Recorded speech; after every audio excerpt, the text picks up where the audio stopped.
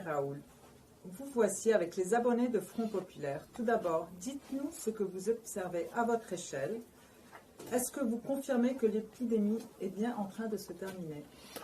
C'est ce qu'on voit nous, c'est-à-dire que la courbe de l'épidémie là est en train d'arriver à 3% de l'ensemble des cas. Donc, si vous voulez, on a l'habitude, ce sont des courbes qui sont des courbes très habituelles dans les épidémies, en particulier dans les épidémies saisonnières. Et donc, tous les ans, on a la même courbe avec la grippe, on a la même courbe avec le virus respiratoire syncytial. Et donc, c'est une courbe qui s'inscrit dans quelque chose qui est connu.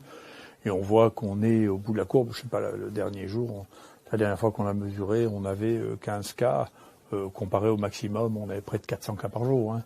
Donc on voit bien que les choses sont en train de diminuer. Et ça, on voit que petit à petit, partout dans le monde, tout le monde suit la même forme, la même courbe d'ailleurs. Hein, ce qui doit rendre modeste sur les interventions humaines sur le contrôle de l'épidémie.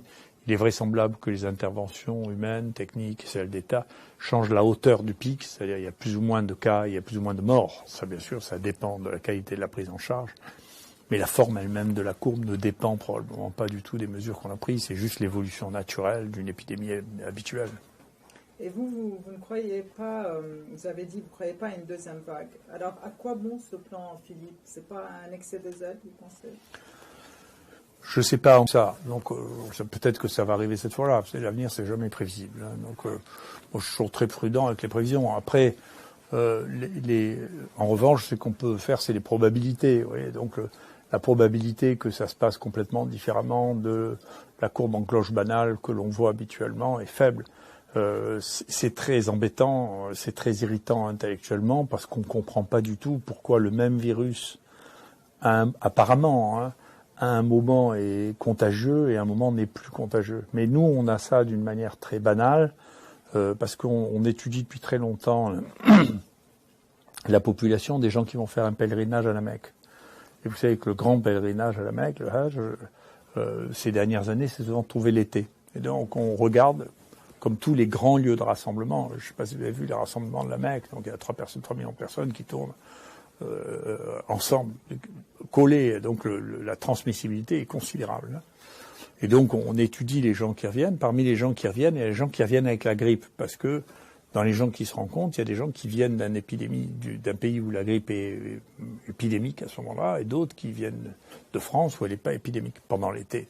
Mais quand ils reviennent avec la grippe, ça déclenche pas une épidémie de grippe ni de cas secondaires de grippe. Donc le même virus de la grippe n'est pas contagieux en été alors qu'il est contagieux en hiver. Et ça, c'est un défi intellectuel et scientifique qu'on n'a pas résolu. Mais il y a un moment où les maladies s'arrêtent d'être contagieuses et on ne sait pas pourquoi. Donc au début, elles commencent, elles sont de plus en plus contagieuses. Et puis il y a un pic et ça diminue et c'est pas dû à l'immunité de la population parce que l'immunité de la population en été est assez faible, peut-être aux alentours de 3%. Donc alors que le virus est là. Alors que le virus est là. Ouais.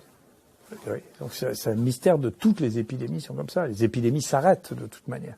Elles ne s'arrêtent pas en ayant infecté 100% des gens. C'est pas vrai. C'est comme ça.